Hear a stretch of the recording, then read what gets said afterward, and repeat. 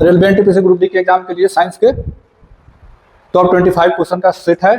Test का नाम है दीनदयाल ब्रह्मास्त्र। इसमें आपको 25 साइंस के इंपॉर्टेंट क्वेश्चन कराए जाएंगे जो आगामी एग्जाम एनटीपीसी और ग्रुप डी के लिए मोस्ट इंपॉर्टेंट प्रश्न रहेंगे। चलिए प्रश्न 1 नंबर देखते हैं। प्रश्न 1 है साइक्लोट्रॉन किस को त्वरित करने के लिए प्रयुक्त किया जाता है? ऑप्शन ए है न्यूट्रॉन, ऑप्शन बी है प्रोटॉन, ऑप्शन सी है परमाणु और ऑप्शन डी है आयन। तो अगर हम बात करें साइक्लोट्रॉन का प्रयोग हम किसे त्वरित करने के लिए करेंगे तो ऑप्शन ए हो जाएगा आपका, ऑप्शन ए हो जाएगा, ऑप्शन सी हो जाएगा परमाणु, ऑप्शन सी हो जाएगा परमाणु। और साइक्लोट्रॉन क्या है? साइक्लोट्रॉन क्या है तो कहेंगे साइक्लोट्रॉन यह एक मशीन है जो आवेशित कण या आयन को उच्च ऊर्जा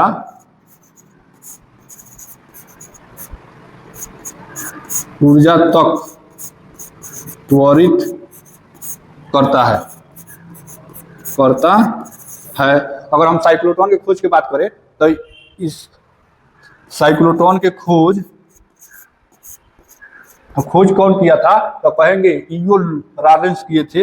ईओ लॉरेंस कब किए थे तो कहिएगा 1934 में किए थे। 1934 में इसका खोज हुआ था। क्यों हुआ था तो कहेंगे परमाणु संरचना के जांच के लिए इसका खोज क्यों किया गया था तो कहिएगा परमाणु संरचना के जांच के लिए इसका खोज किया गया था। किसका? तो साइक्लोट्रॉन के। अगर हम न्यूट्रॉन की बात करें, न्यूट्रॉन के खोज कौन किए थे तो कहिएगा जेम्स चैडविक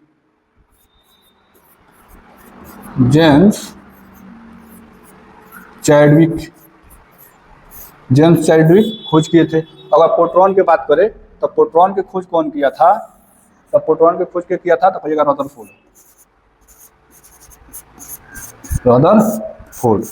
चलिए अगला प्रश्न है परमाणु के नाभिक में निम्न कण होते हैं। तो परमाणु के नाभिक में क्या होगा? मान लीजिए कोई परमाणु है, इसके नाभिक में क्या हो सकता है?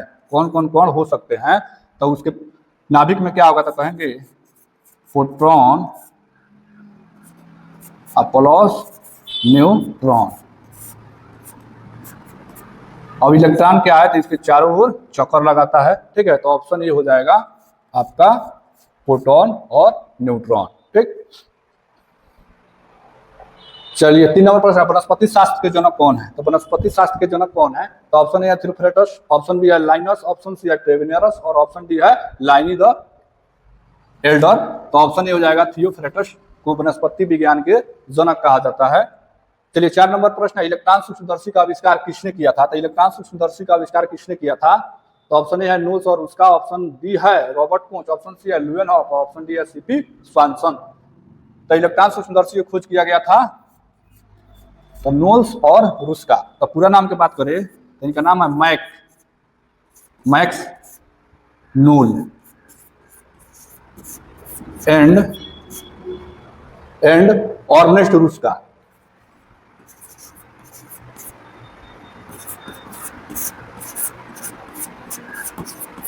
तो पूरा नाम है, कब किया गया था तो कहिएगा 1932 में। 1932 ईस्वी में खोज किया गया था। ठीक है, इलेक्ट्रॉन सूक्ष्मदर्शी 1931 में खोज किया गया था। 1931 ईस्वी में आपका खोज किया गया था इलेक्ट्रॉन सूक्ष्मदर्शी के। अगर रॉबर्ट कोच की बात करें तो रॉबर्ट कोच क्या किए थे तो कहिएगा तपेदिक के जीवाणु की खोज किए थे।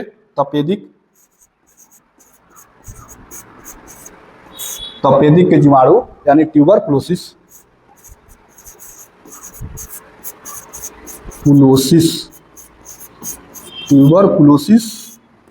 के जीवाणु का खोज किए थे, जिसके लिए रॉबर्ट कोच को 1905 में क्या मिला, तो कहेंगे नोबेल पुरस्कार मिला था। नोबेल पुरस्कार मिला था, किसके लिए मिला, तो कहेंगे तपेदिक यानी ट्यूबरकुलोसिस के जीवाणु के खोज के लिए। अगर लीवेनहॉक की बात करें तो लीवेनहॉक क्या किए, तो कहिएगा जीवाणु की खोज किए, जीवाणु के खोज किए कौन, तो लीवेनहॉक। तो इतना आपको याद रहना चाहिए।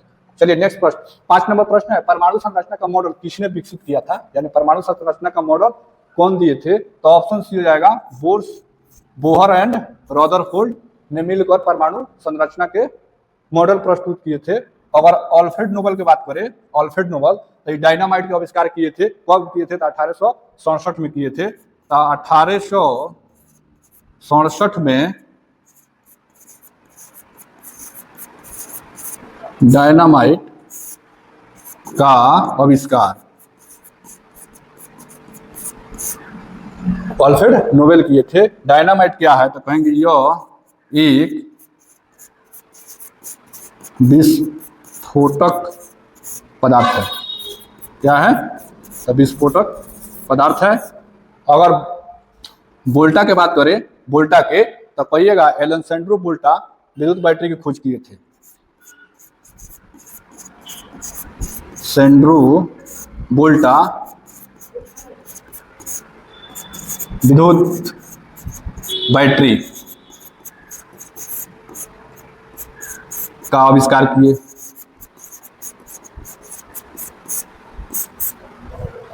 चलिए, बैक्टीरिया में पाया जाने वाला प्रकाश संश्लेषी आशय क्या कहलाता है, तो बैक्टीरिया में जो प्रकाश संश्लेषी आशय पाया जाता है उसे वर्निक लवक कहते हैं, वर्निकी लवक कहा जाता है। ऑप्शन सी सही हो जाएगा।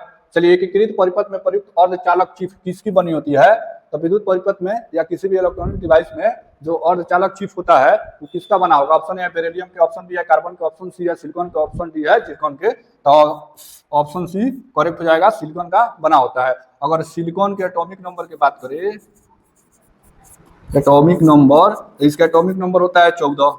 एटॉमिक मास कितना होगा सिलिकॉन के, एटॉमिक मास हो जाएगा आपका 28।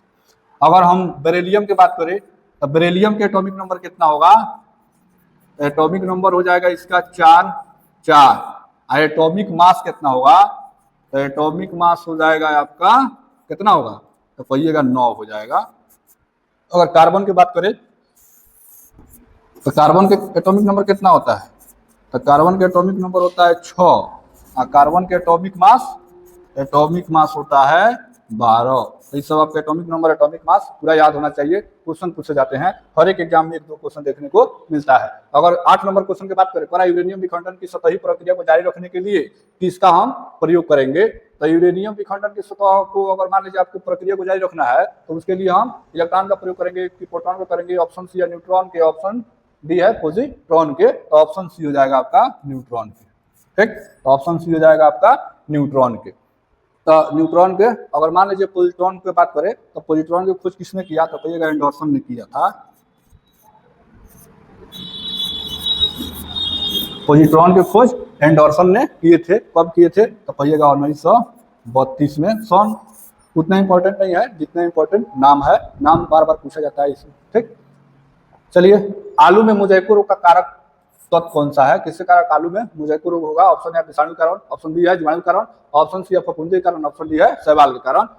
तो ऑप्शन ए हो जाएगा, वायरस के कारण आलू में मोज़ेको रोग होता है। चलिए, 10 नंबर प्रश्न है, कृष्ण छिद्र यानी ब्लैक होल सिद्धांत को प्रतिपादित किसने किया, ब्लैक होल सिद्धांत को, तो ब्लैक होल सिद्धांत को ऑप्शन है सीवी रमन, ऑप्शन बी है एच.जे. भाभा, ऑप्शन सी है एस चंद्रशेखर और ऑप्शन डी है हरगोविंद खुराना। तो ऑप्शन हो जाएगा सी, एस चंद्रशेखर ने ब्लैक होल सिद्धांत दिए थे। ब्लैक होल सिद्धांत क्या होता है, तो कहेंगे ब्लैक होल एक विशाल कॉम्पैक्ट खगोलीय वस्तु है।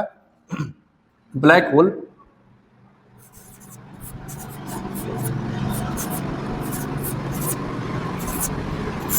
अगर ब्लैक होल की बात करें तो कहिएगा ब्लैक होल एक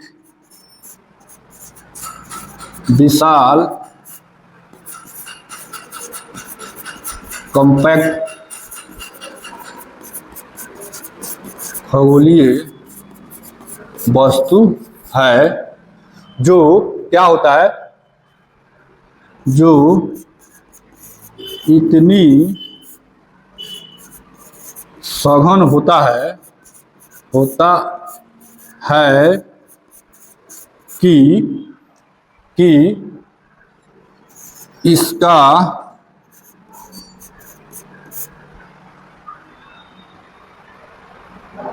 कहेंगे ब्लैक होल एक विशाल कॉम्पैक्ट खगोलीय वस्तु है जो इतनी सघन होता है कि इसका गुरुत्वाकर्षण किसी भी वस्तु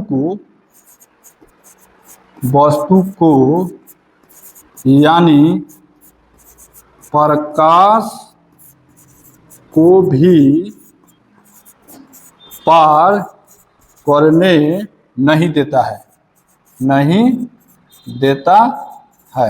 ठीक, तो ब्लैक होल क्या है? तो ब्लैक होल एक विशाल कॉम्पैक्ट खगोलीय वस्तु है जो इतनी सघन होती है कि इसका गुरुत्वाकर्षण किसी भी वस्तु यानी प्रकाश को भी पार नहीं करने देता है। तो ब्लैक होल की घटना एस चंद्रशेखर सीवी रमन भारतीय साइंटिस्ट थे। ठीक है, सीवी रमन भारतीय साइंटिस्ट थे, किसी भी चीज का खोज नहीं किए थे लेकिन बहुत अच्छे साइंटिस्ट थे। अगर हम इन्होंने रमन प्रभाव दिए थे। रमन प्रभाव क्या होता है? जब एक पारदर्शी माध्यम से प्रकाश गुजरता है ना तो तरंगधर की ओर आकर्षित होता है। ठीक है, तो वही है आपका रमन प्रभाव। अगर हरगोविंद खुराना की बात करें तो हरगोविंद खुराना भारतीय मूल के वैज्ञानिक थे। तो इन्होंने क्या किया था? कहेंगे इन्होंने सर्वप्रथम जीन का संश्लेषण किया। जीन का प्रयोगशाला में संश्लेषण किया।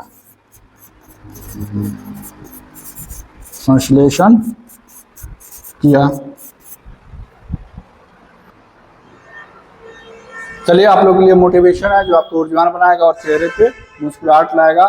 चलता रहूंगा पथ पर चलने में माहिर बन जाऊंगा, या तो मंजिल मिल जाएगी या अच्छा मुसाफिर बन जाऊंगा। चलिए, नेक्स्ट प्रश्न है, सभी अम्ल जल में घुलकर क्या प्रदान करते हैं? तो देखिए, अम्ल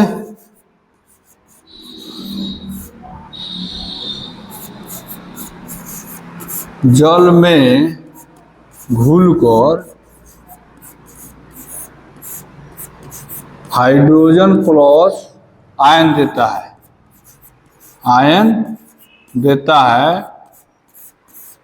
ठीक है, जबकि क्षार की बात करें बेस के, तो क्षार जल में घुलकर क्या देगा? तो कहेंगे OH माइनस आयन देगा। तो ऑप्शन बी हो जाएगा आपका H प्लस आयन। 12 नंबर प्रश्न है, HIV द्वारा होने वाला रोग कौन सा है? HIV तो होने वाला रोग क्या है? तो ऑप्शन ए है क्षय रोग, आंतक रोग, कैंसर रोग, एड्स। तो HIV से क्या होता है? एड्स होगा। क्या होगा? एड्स। अगर HIV की बात करें, HIV तो इसका पूरा नाम क्या होता है? तो कहिएगा ह्यूमन इम्यूनो डिफिशियंसी वायरस।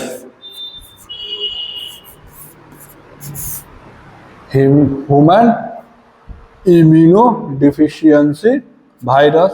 अगर HIV के जांच के लिए HIV के कौन सा टेस्ट कराया जाता है? तो कहिएगा एलिसा टेस्ट।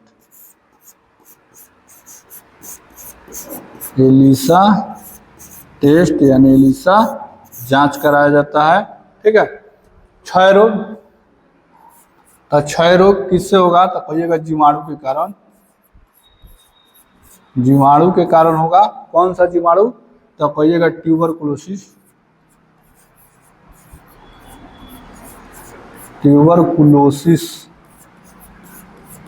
ठीक है, उसके बाद आतशक क्या है?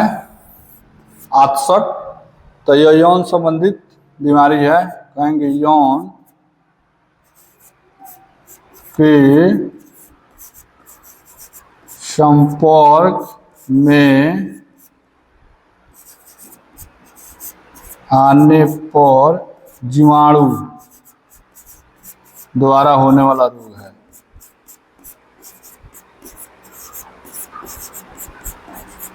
जीवाणु द्वारा होने वाला रोग है। तो इसको हम किस नाम से जानते हैं? तो कहिएगा सिफिलिस।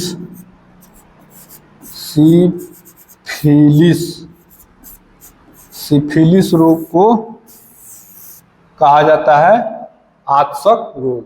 अगर कैंसर की बात करें तो अगर मान लीजिए जीव के, किसी भी जीव के अगर कोशिका में अनियंत्रित विभाजन हो रहा है ना, और अनियंत्रित विभाजन के दौरान वहां पे गांठ बन जा रहा है या ट्यूमर बन जा रहा है, तो कैंसर का रूप ले लेगा। तो कैंसर होने का कारण क्या है? तो कहिएगा कैंसर होने का कारण यह है कि जब शरीर की कोशिका अनियंत्रित रूप से बढ़ने लगे, जब शरीर की कोशिका अनियंत्रित रूप से बढ़ने लगे और गांठ का रूप ले ले या ट्यूमर का रूप ले ले, तो कैंसर है। ठीक है। 13 नंबर है, निम्नलिखित में से किसमें ऋण आवेश होता है? तो अल्फा किरण में बीटा किरण, गामा किरण और एक्स किरण, इस सभी में एक बीटा को छोड़कर सभी में धन आवेश होता है। ठीक है। तो एक बीटा में होता है ऋण आवेश। चलिए, निम्नलिखित में से सबसे प्रबल ऑक्सीकारक एजेंट क्या है? तो प्रबल ऑक्सीकारक एजेंट फ्लोरीन। ठीक है, ऑप्शन सी हो जाएगा। चलिए, 15 नंबर प्रश्न है, लिटमस किसमें से निकाला जाता है? लिटमस कहाँ से प्राप्त होगा? तो लिटमस पेपर होता है। ठीक है, लिटमस पेपर होता है। कि किससे बनेगा? तो कहिएगा लाइकेन के पौधा से। ऑप्शन सी हो जाएगा। अगर लाइकेन की बात करें केन के, तो लाइकेन में क्या है? तो कहिएगा यह कवक और शैवाल का सहजीवी संबंध को दर्शाता है। सहजीवी संबंध को यानी सिम्बायोटिक रिलेशन दर्शाता है। कवक के बिना शैवाल नहीं रह सकता है, शैवाल के बिना कवक नहीं रह सकता है। दोनों का जब मिलन होगा तो लाइकेन प्लांट बनेगा। ठीक है। अब कवक क्या है? तो कहेंगे यह पानी या नमी का अवशोषण करता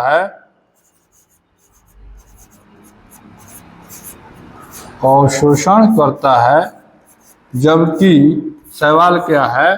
तो ये भोजन को किसको देगा? तो कवक को देगा, ठीक है। तो ये कवक पानी ऑब्जर्व करके शैवाल को देगा, शैवाल भोजन बना के क्या करेगा? कवक को देगा। इसीलिए इसको क्या कहा जाता है? सहजीवी संबंध दर्शाता है, यानी सिम्बायोटिक रिलेशन इसमें होता है।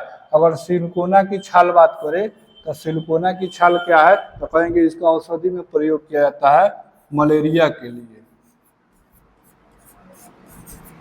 तो मलेरिया की दवा है कौन? तो सिलिकोना की छाल। चलिए, नेक्स्ट प्रश्न 16 नंबर है, नाभिकीय रिएक्टर में ऊर्जा किसके द्वारा उत्पन्न होती है? तो ऊर्जा किसके द्वारा उत्पन्न होगी? ऑप्शन ए है नियंत्रण संलयन द्वारा, ऑप्शन बी है अनियंत्रित संलयन द्वारा, ऑप्शन सी है नियंत्रित विखंडन द्वारा, ऑप्शन डी है अनियंत्रित विखंडन के द्वारा। तो नाभिकीय रिएक्टर में ऊर्जा किसके द्वारा उत्पन्न होगा? तो कहिएगा ऑप्शन सी नियंत्रित विखंडन के द्वारा। तो नियंत्रित विखंडन क्या है? तो कहेंगे यह एक ऐसी प्रक्रिया जिसमें भारी परमाणु के नाभिक न्यूट्रॉन से बमबारी करके दो हल्के नाभिक में विखंडित हो जाते हैं। ठीक है। तो क्या है? तो कहिएगा नियंत्रित विखंडन होता क्या है? तो कहिएगा ये ऐसी प्रक्रिया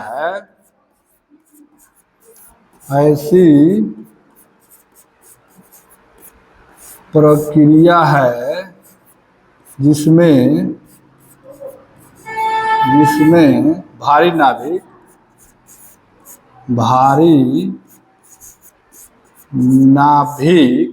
इसमें भारी नाभिक को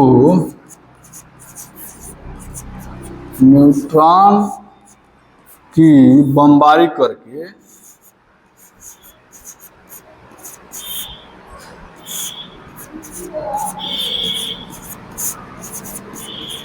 हल्के परमाणु नाभिक में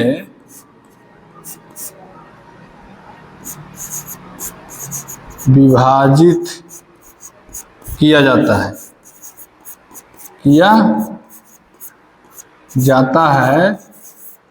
ठीक है, जिससे क्या होगा, ऊर्जा उत्पन्न होता है, तो नियंत्रित विखंडन के द्वारा। चलिए 17 नंबर है, बेकिंग सोडा का रासायनिक नाम क्या है? तो बेकिंग सोडा का रासायनिक नाम क्या है? ऑप्शन ए है सोडियम कार्बोनेट, ऑप्शन बी है सोडियम बाइकार्बोनेट, ऑप्शन सी है सोडियम एसीटेट, ऑप्शन डी है सोडियम हाइड्रो ऑक्साइड। तो इसका रासायनिक नाम क्या होता है? तो कहिएगा सोडियम बाइकार्बोनेट। तो ऑप्शन बी हो जाएगा सोडियम बाइकार्बोनेट, ऑप्शन बी हो जाएगा NaHCO3। इसका क्या है? तो कहिएगा रासायनिक सूत्र है, रासायनिक सूत्र NaHCO3 रासायनिक नाम क्या हुआ? Sodium bicarbonate. चलिए अगला प्रश्न है, जलीय फर्क जिसे जैव उर्वरक के रूप में प्रयोग किया जाता है उसे क्या कहेंगे? तो वो एजोला है, जलीय पौधा होता है, ठीक है। तो एजोला जिसे उर्वरक के रूप में प्रयोग किया जाता है। चलिए 19 नंबर है, चुंबकीय कंपास की सुई किस ओर इंगित करती है? तो ये तो ऑप्शन सी हो जाएगा, उत्तर और दक्षिण की तरफ, ठीक है। तो ऑप्शन सी हो जाएगा। चलिए 20 नंबर प्रश्न है, क्लोरोफिल अणु में निम्नलिखित में से क्या मौजूद होता है? तो क्लोरोफिल के अणु में क्या होगा? तो आयरन होगा, ऑप्शन बी करेक्ट हो जाएगा। क्या होगा? तो कहेंगे आयरन होगा, ठीक। चलिए 21 नंबर है, एस्परजिलस का उपयोग किसे बनाने में होता है? तो एस्परजिलस का रोग किसे बनाने में होगा? तो ऑप्शन ए है अल्कोहल, ऑप्शन बी है डबल ब्रेड, ऑप्शन सी है पनीर, ऑप्शन डी है विटामिन B1। तो ऑप्शन सी, ठीक है, ऑप्शन सी यानी पनीर को बनाने में एस्परजिलस का प्रयोग करेंगे। एस्परजिलस क्या है? तो कहेंगे जीवाणु है।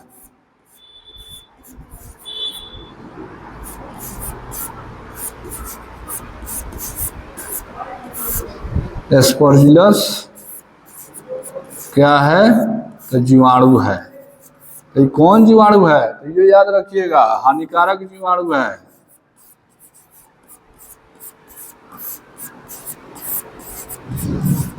हानिकारक जीवाणु है। अगर मान लीजिए मार्केट से आप पनीर खरीद के खा रहे हैं, अगर एस्परजिलस का प्रयोग करके बनाया गया है तो बहुत डेंजर है, ठीक है। वो पनीर जो है स्वास्थ्य के लिए बहुत हानिकारक है, क्योंकि जो एस्परजिलस जीवाणु होता है ना, ये हानिकारक जीवाणु है। इससे कौन सा रोग होगा? तो कहेंगे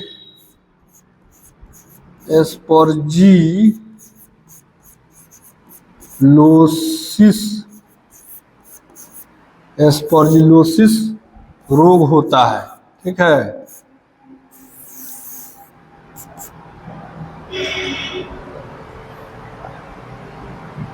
अगर विटामिन B1 की बात करें तो विटामिन B1 का रासायनिक नाम होता है थायमीन।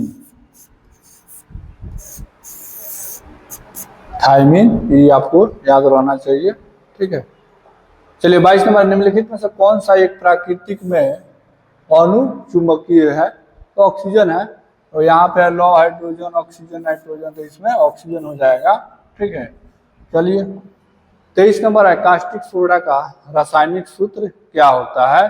तो कास्टिक सोडा का रासायनिक सूत्र क्या होगा? तो कहिएगा option A sodium hydro oxide, sodium hydro oxide. Sodium hydroxide,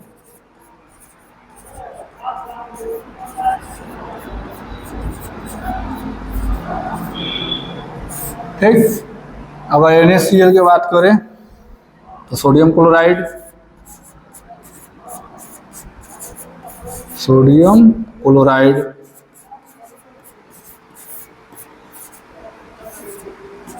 sodium chloride हो जाएगा। अगर NaHCO3 की बात करें तो ये हो जाएगा सोडियम बाइकार्बोनेट,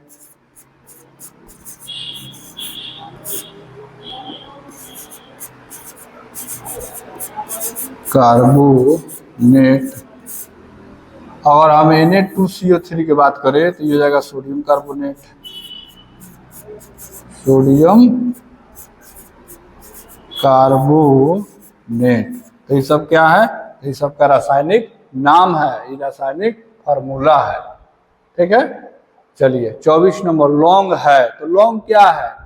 तो लौंग को रहा है तने की गांठ होता है, जड़ की गांठ होता है, कि पत्ती होता है कि फूल होता है। तो लौंग जो है ना ये फूल होता है, ठीक है। तो यहाँ पे ऑप्शन डी हो जाएगा सूखे फूल, ठीक।